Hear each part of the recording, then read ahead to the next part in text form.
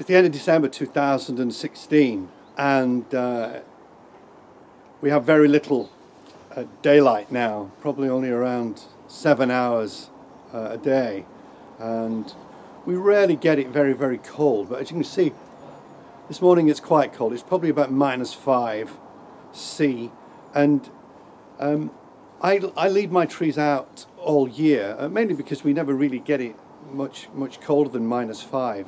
And I think it's important, first of all, really to kill off a lot of the bugs that are out there, but also, trees need a really good cold snap, and a dormant period. Particularly yew trees, they really thrive from having a very cold period. And particularly, I notice in the springtime the buds swell very, very quickly. I think the worst thing that can happen is that actually if you mollycoddle your trees and you don't really give them that cold period. As you can see, I've got a greenhouse. I do keep some of my trees in the greenhouse, particularly the Mediterranean species like the myrtle and olive and pistachio. They're the only real ones. I think there's only ever one time that it's dropped very, very cold where I live.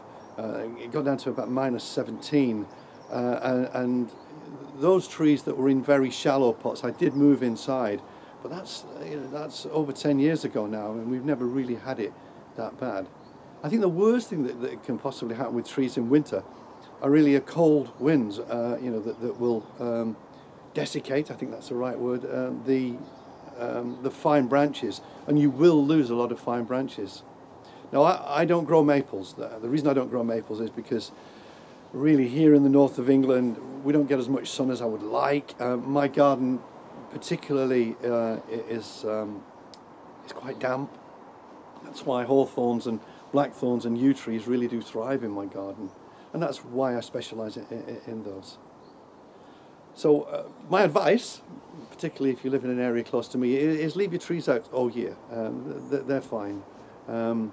Just make sure that the pots don't freeze too much.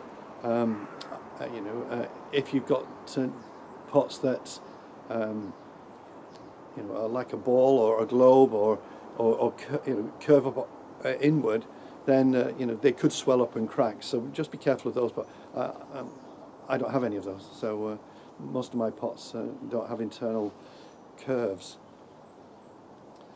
So let's take a look around the garden.